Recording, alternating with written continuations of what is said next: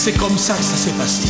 Écoutez, écoutez. C'est l'amour de Jésus suspendu à la croix qui m'a donné la vie et rempli de foi. Y'a plus rien chez l'homme méchant pour briser ma joie. C'est l'Esprit de Jésus qui m'a mis sur la... Bonjour à toutes et à tous au nom du Seigneur Jésus-Christ de Nazareth. Bonjour à la Martinique, à la Guadeloupe et à la Guyane française. Et que Dieu bénisse tous ceux qui écoutent cette émission, Parole bon Dieu, Parole de Dieu. Je vais donc bénir le Seigneur pour cette grâce qu'il m'accorde de porter cette parole vivante, puissante et permanente que nous avons tous besoin. Père Saint, sois béni et glorifié pour ta parole qui est vérité et qui est la vérité. Mon Dieu, merci pour mon cœur comme un instrument pour que tu puisses encore, Seigneur, parler à tous ceux qui écoutent. Mon Dieu, merci pour la puissance de ton esprit. Mon Dieu, mon Père, afin que tout ce qui sera dit, mon Dieu, soit pour ta gloire et soit selon la vérité. Je te bénis et je te rends grâce et gloire dans le nom de Jésus-Christ. Amen. Dieu soit béni et Dieu soit glorifié. Je ferai lecture dans la première épître de Paul à Timothée, le chapitre 3. Je lirai du verset 14 jusqu'au verset 16, le chapitre 3 qui parle des conditions dans lesquelles l'évêque et aussi le diacre doivent exercer leur service. Et l'apôtre termine ce chapitre-là en disant à Timothée, « Je t'écris ces choses avec l'espérance d'aller bientôt vers toi. Mais si je tarde, tu sauras comment il faut se conduire dans la maison de Dieu, qui est l'Église du Dieu vivant, la colonne et l'appui de la vérité. Et sans contredit, le mystère de la piété est grand. Dieu a été manifesté en chair, justifié par l'Esprit, vu des anges, prêché aux nations, cru dans le monde, élevé dans la gloire. Amen. L'Église du Dieu vivant. L'apôtre Paul dit là que l'Église du Dieu vivant est la colonne et l'appui de la vérité. Nous voyons là qu'il y a deux mots, colonne et appui. Dans un ordre précis vient ce que l'on voit. Ce que l'on voit, c'est la colonne. Une colonne, c'est quelque chose qui s'élève.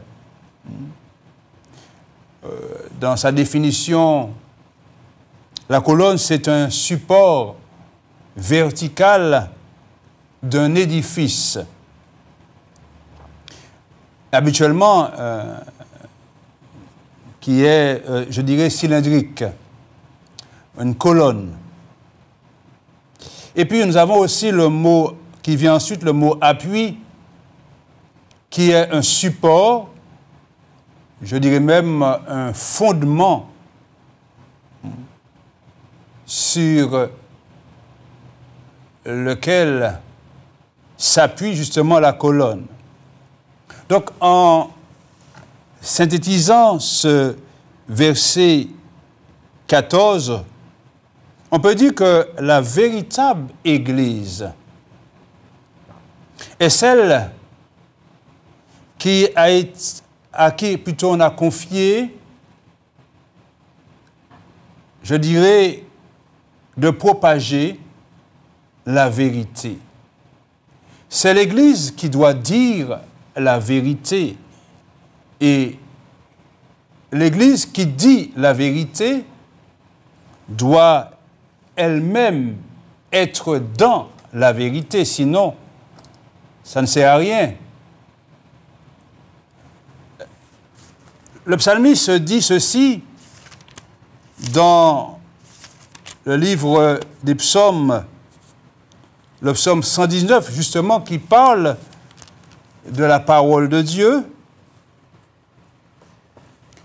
Le psalmiste dit dans ce psaume 119 et le verset 160, il dit « Le fondement de ta parole est la vérité ». Bien entendu, quand on parle de vérité, il faut comprendre que la vérité, avant toute chose, est une personne. La vérité est personnifiée. Et c'est pour cela que l'apôtre en parle après avoir dit que l'Église du Dieu vivant, c'est la colonne et l'appui de la vérité. Et il dit au verset 16, « Et sans contredit, le mystère de la piété est grand, Dieu a été manifesté en chair, justifié par l'Esprit, vu des anges, prêché aux nations, cru dans le monde, élevé dans la gloire. » Lorsque l'apôtre Paul parle de Dieu, Dieu a été manifesté en chair. Plusieurs questions se posent. Mais qui a été manifesté en chair?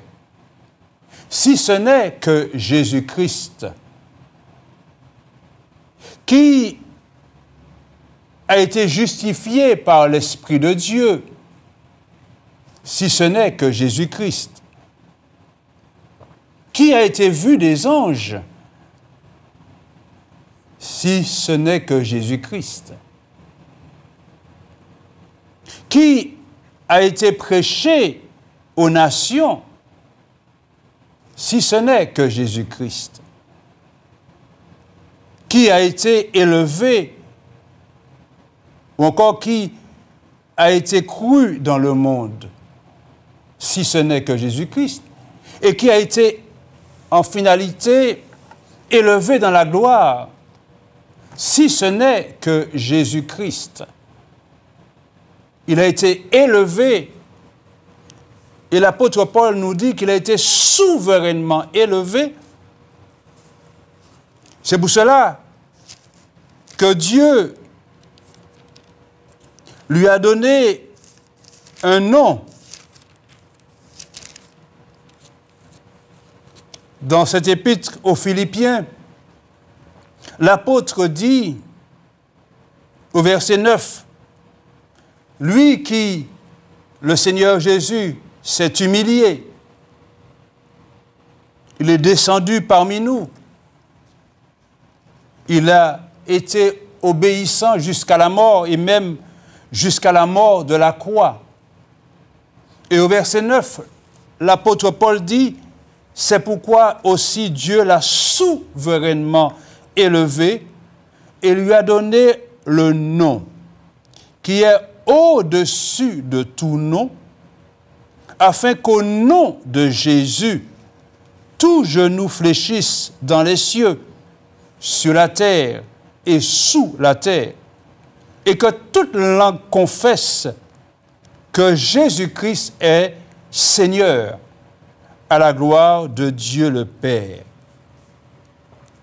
Voilà celui dont on parle, le Seigneur Jésus. Et le Seigneur Jésus-Christ lui-même a dit dans l'évangile de Jean chapitre 14 verset 6, il a dit « Je suis le chemin, il a aussi dit qu'il est la vérité et la vie.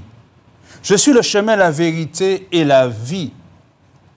Ce qui veut dire que quand il emploie un article défini la vérité, cela revient à dire que la vérité n'existe pas hors de lui. La vérité n'existe pas hors de Jésus. Dans l'évangile de Jean, au chapitre 1er, la parole de Dieu nous dit ceci, dans l'évangile de Jean, chapitre 1er,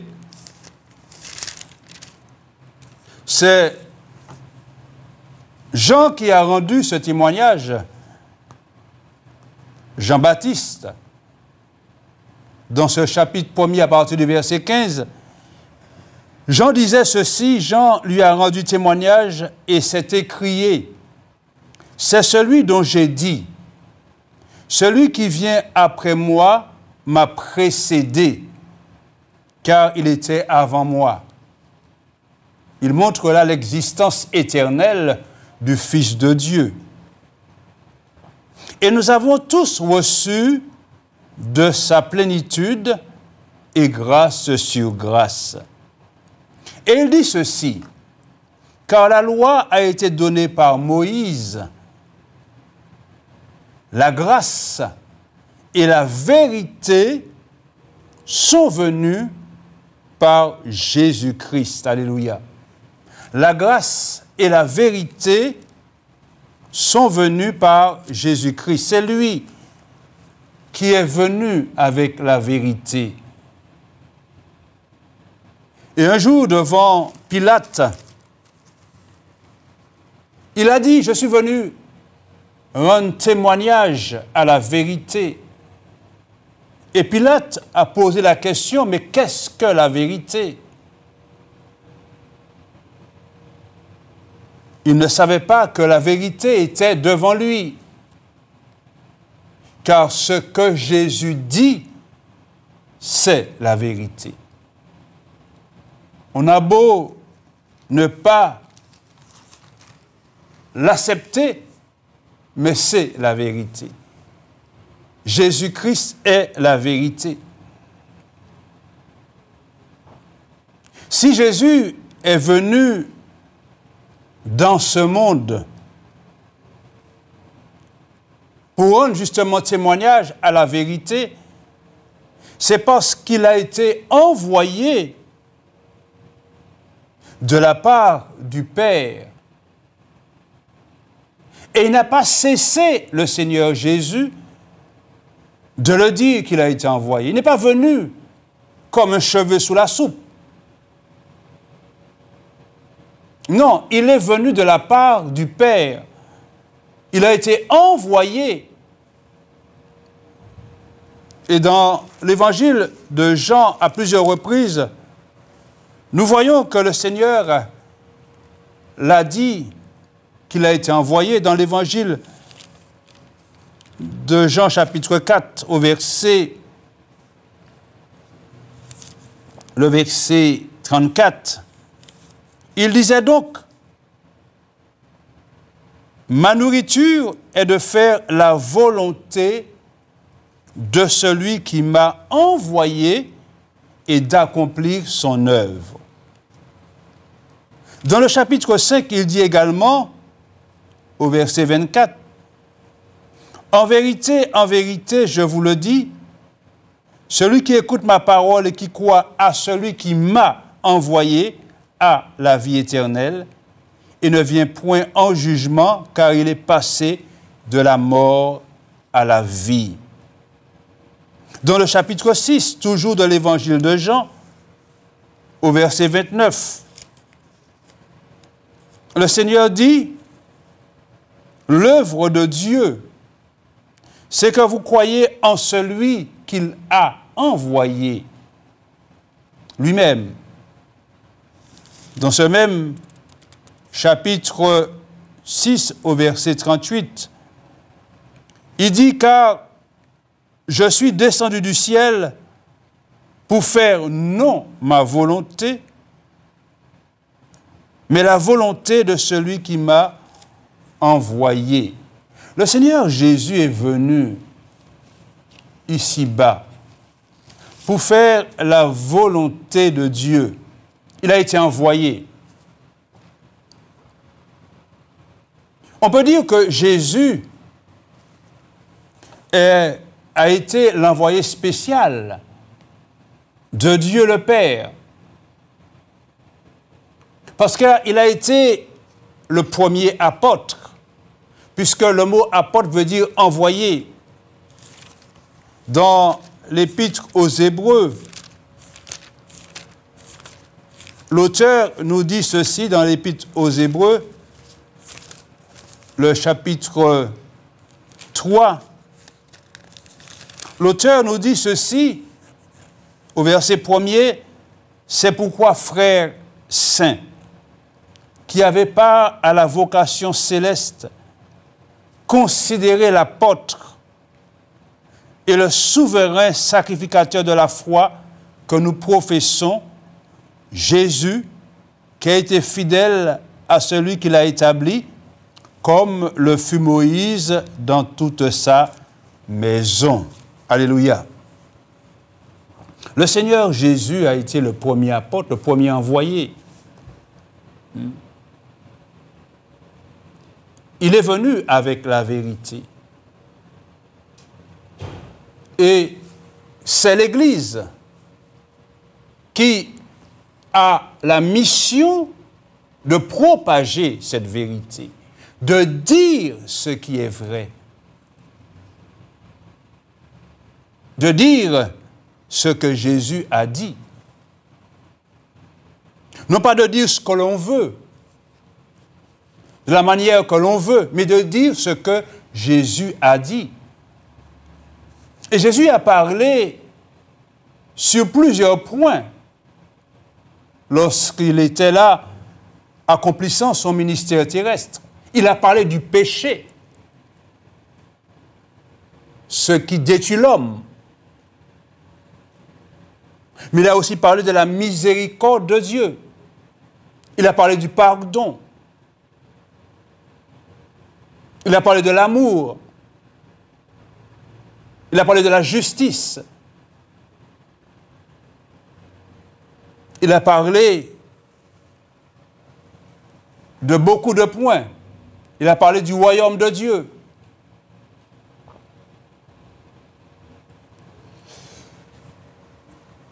Il a tout dit. Il a dit la vérité. Il est certain que, justement, la vérité que le Seigneur a apportée dérange. Ça dérange. Ça dérange considérablement. Et celui qui veut accepter la vérité a besoin de s'humilier. Parce qu'on ne peut pas accepter la vérité sans humilité. Reconnaître justement ce que l'on est, ce que dit la vérité. Reconnaître qu'on a besoin de Jésus, de la miséricorde de Dieu au travers de Jésus. Et tous ceux qui s'opposent justement à la vérité, mais cette vérité qui est propagée par la véritable Église, montre qu'ils sont orgueilleux, moqueurs. Mais cela ne change rien à la vérité parce qu'elle demeure la vérité.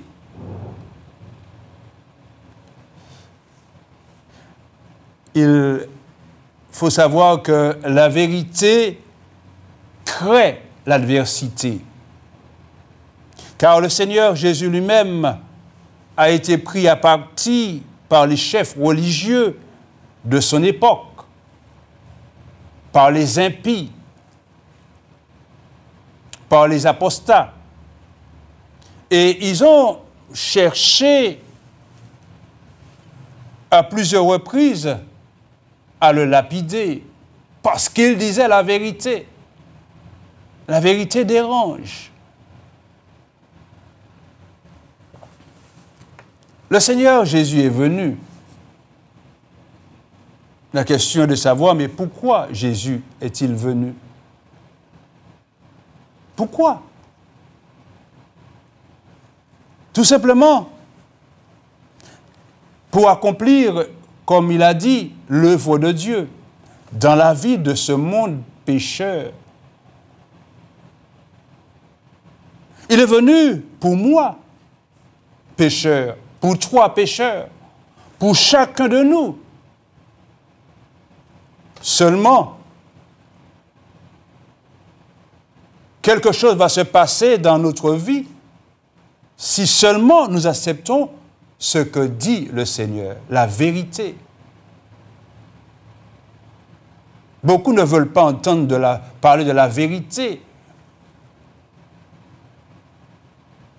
Si la parole de Dieu me dit que je suis un pécheur, un misérable pécheur, et que j'ai besoin de la grâce de Dieu pour m'en sortir, ça, c'est la vérité.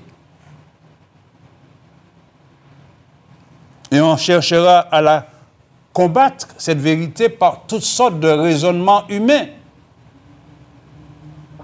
Et à combattre justement ceux qui sont dans la vérité. Non pas dans leur vérité, mais dans la vérité de Jésus. Jésus est venu parce que le Père l'a envoyé. Il est venu pourquoi? Alors, il est venu lorsque il a été éprouvé, tenté par le diable, et il est sorti victorieux de ce combat.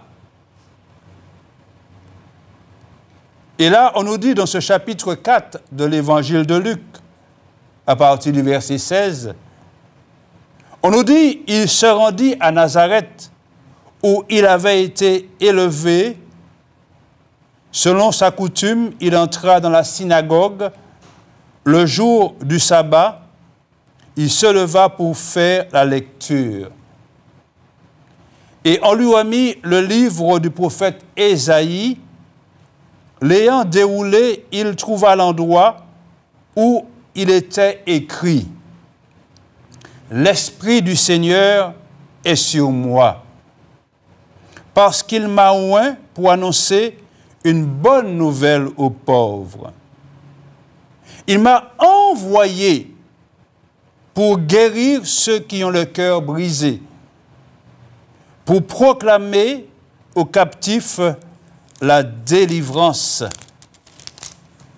et aux aveugles le recouvrement de la vue, pour renvoyer libres les opprimés, pour publier une année de grâce du Seigneur.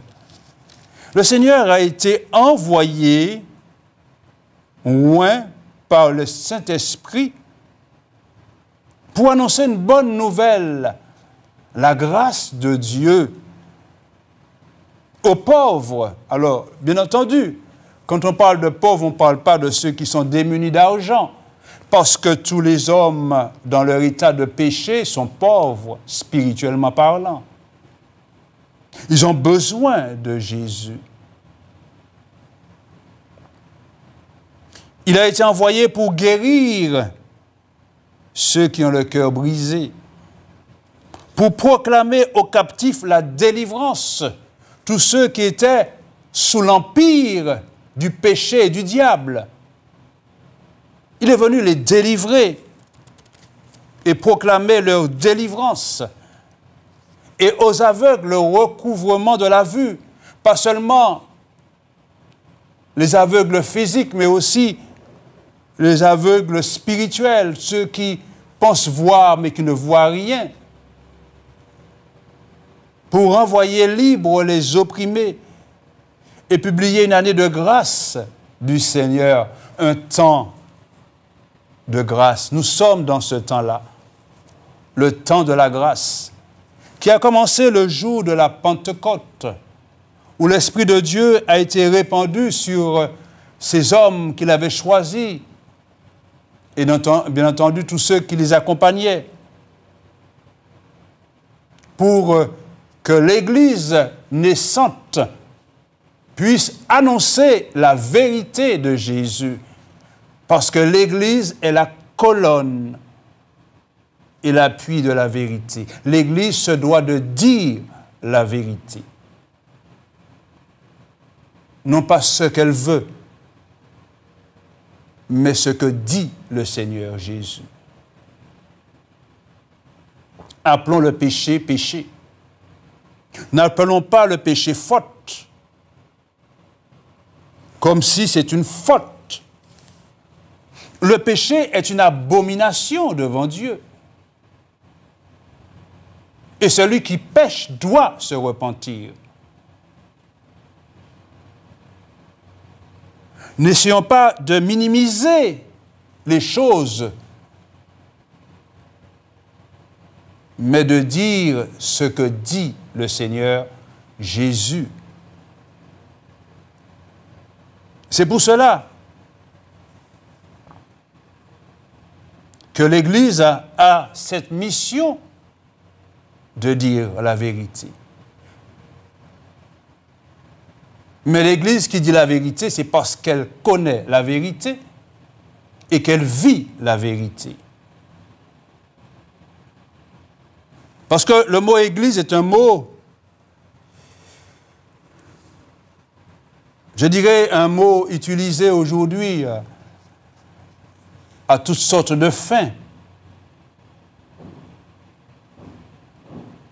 Mais il faut comprendre qu'il y a l'Église et l'Église. Ce n'est pas tout ce qui brille qui est de l'or. Et je ne dis pas non plus que l'Église est parfaite. Parce que lorsque le Seigneur Jésus a adressé des messages aux 7 églises d'Asie, à part 2 églises où il n'a pas fait de reproches, les autres avaient des choses à revoir, des choses à corriger. Le Seigneur n'a pas rejeté ces églises, loin de là. C'est pour cela que la vérité de Jésus doit être annoncée à tous, afin que ceux qui l'entendent, cette vérité, sachent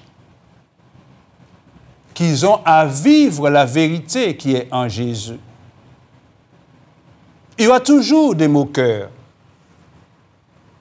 de ceux qui vont la rejeter, cette vérité. Mais qu'importe, ils ont choisi leur camp. Mais celui qui est honnête avec lui-même saura que cette vérité-là, celle de Jésus, cette vérité a été donnée, proclamée, propagée pour que sa vie change. L'apôtre Jean a été tellement heureux de savoir que ceux à qui il a porté la vérité, ceux-là ont agi selon la vérité. C'est pour cela que dans la 3e épître qui porte son nom, il disait ceci, déjà à Gaius. On nous dit l'ancien à Gaius, le bien-aimé que j'aime dans la vérité. Bien-aimé, je souhaite que tu prospères à tous égards et que tu sois en bonne santé comme prospère l'état de ton âme. J'ai été fort réjoui lorsque des frères sont arrivés et ont rendu témoignage de la vérité qui est en toi, de la manière dont tu marches dans la vérité. Parce qu'il y a une manière de marcher selon Jésus-Christ. Et c'est à l'Église, justement, de montrer cette manière-là. Et il dit, je n'ai pas de plus grande joie que d'apprendre que mes enfants marchent dans la vérité. Il s'est réjoui de cela, l'apôtre. On ne peut pas être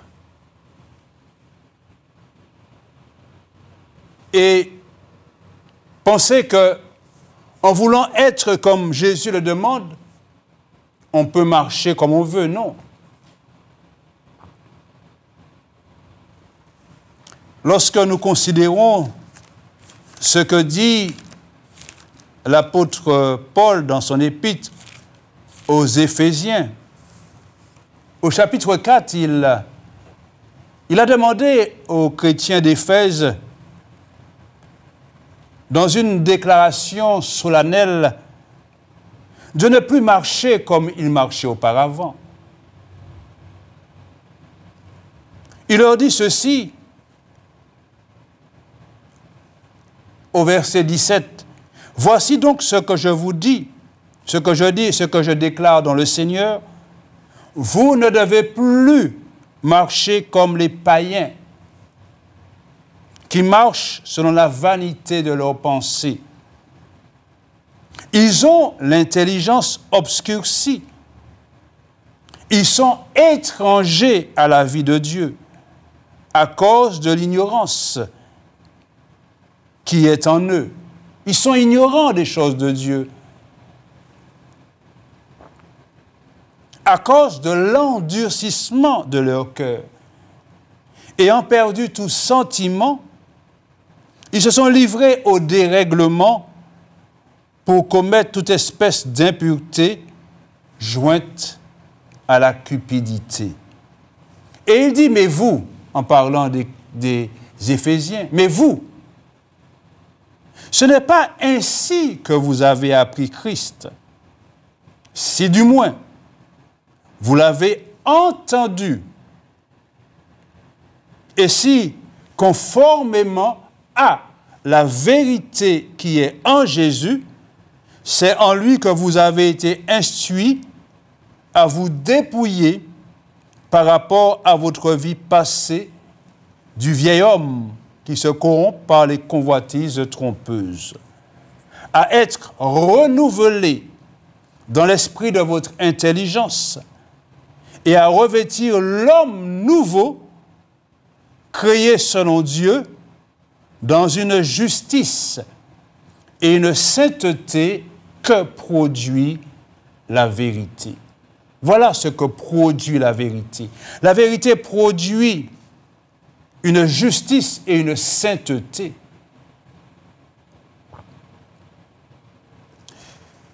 Il est important donc d'agir selon la vérité. Parce que ce sont deux choses essentielles. Croire en Jésus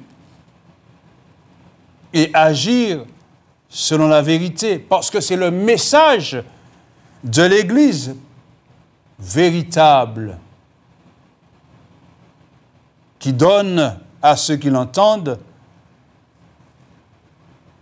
de venir à Jésus et de vivre, d'agir selon la vérité. Alors, la question est de savoir, mais pourquoi les hommes combattent-ils la vérité et combattent-ils l'Église véritable? Parce que quand on combat l'Église, on combat Jésus-Christ. Lorsque Saul de Tarse a combattu l'Église. Et lorsqu'il a été arrêté sur le chemin de Damas,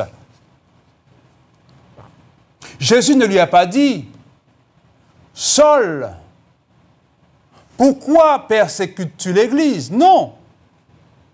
Il a dit « Saul, pourquoi me persécutes-tu »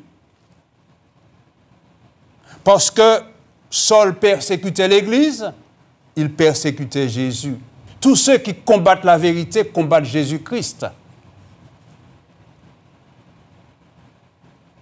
Mais il faut qu'ils sachent qu'ils ne gagneront pas dans ce combat-là. Ils seront déchus. Ils seront abattus. C'est pour cela. Pourquoi combattent-ils la vérité? Tout simplement parce que la vérité dénonce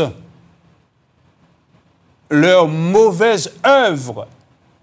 Et ça aussi, c'est le travail de l'Église véritable, de dénoncer les mauvaises œuvres. Jésus l'a fait. Il a combattu les chefs religieux de son époque. Dans l'évangile de Jean, au chapitre de Matthieu, au chapitre 23, pharisiens hypocrites, et il a dressé là, une sentence contre eux, parce que Jésus a dénoncé leurs mauvaises œuvres. C'est pour cela que dans l'évangile de Jean, chapitre 3, l'évangile de Jean, chapitre 3, il est dit ceci,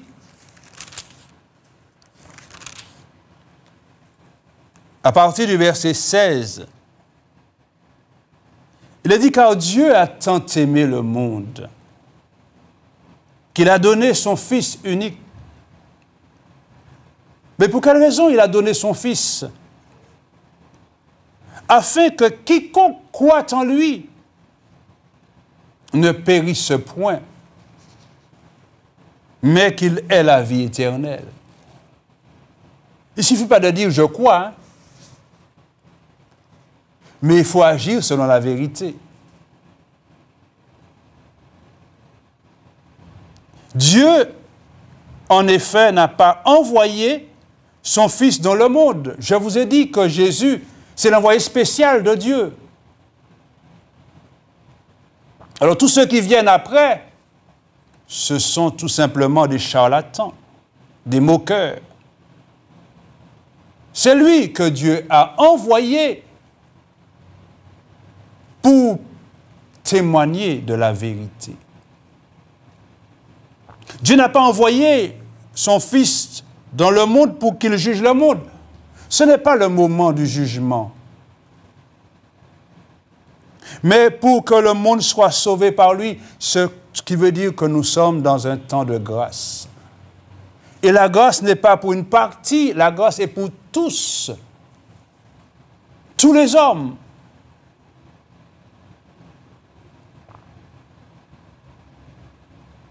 Et Jésus qui dit ceci, ou encore Jean qui dit, celui qui croit en lui, qui croit en Jésus n'est point jugé. Mais celui qui ne croit pas est déjà jugé parce qu'il n'a pas cru au nom du Fils unique de Dieu. Et ce jugement, c'est que la lumière étant venue dans le monde. Parce que la lumière, c'est encore une image du Seigneur Jésus. Parce que Jésus a dit, « Je suis la lumière du monde ». C'est par sa lumière que nos yeux sont éclairés. C'est par sa lumière que nous pouvons voir notre état.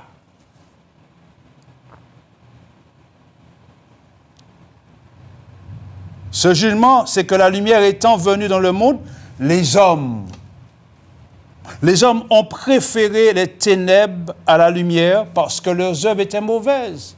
C'est pour cela qu'ils combattent la vérité. Car quiconque fait le mal hait la lumière, n'aime pas la lumière, et ne vient point à la lumière de peur que ses œuvres ne soient dévoilées. Parce que c'est la lumière qui identifie le péché. C'est la lumière qui dit ça, c'est adultère. C'est la lumière qui dit ça, c'est vol. C'est la lumière qui dit ça, c'est mensonge. C'est la lumière qui le dit. Parce que la lumière éclaire toutes choses et met toutes choses à nu. Et tous ceux qui font le mal n'aiment pas la lumière, de peur que leurs œuvres ne soient dévoilées. Mais celui qui agit selon la vérité vient à la lumière, afin que ses œuvres soient manifestées, parce que ces œuvres-là seront faites en Dieu. La repentance, l'humilité, la confession, tout cela, ce sont des œuvres qui sont faites en Dieu. Et là, on agit selon la vérité. Et la vérité, quand vous l'entendez, comme le Seigneur l'a dit, elle vous affranchit. C'est à vous de savoir si vous voulez être esclave du mal et du péché, ou si vous voulez être un affranchi du Seigneur, être libre. Être libre. Que Dieu vous l'accorde dans sa grâce, au nom du Seigneur Jésus. Amen.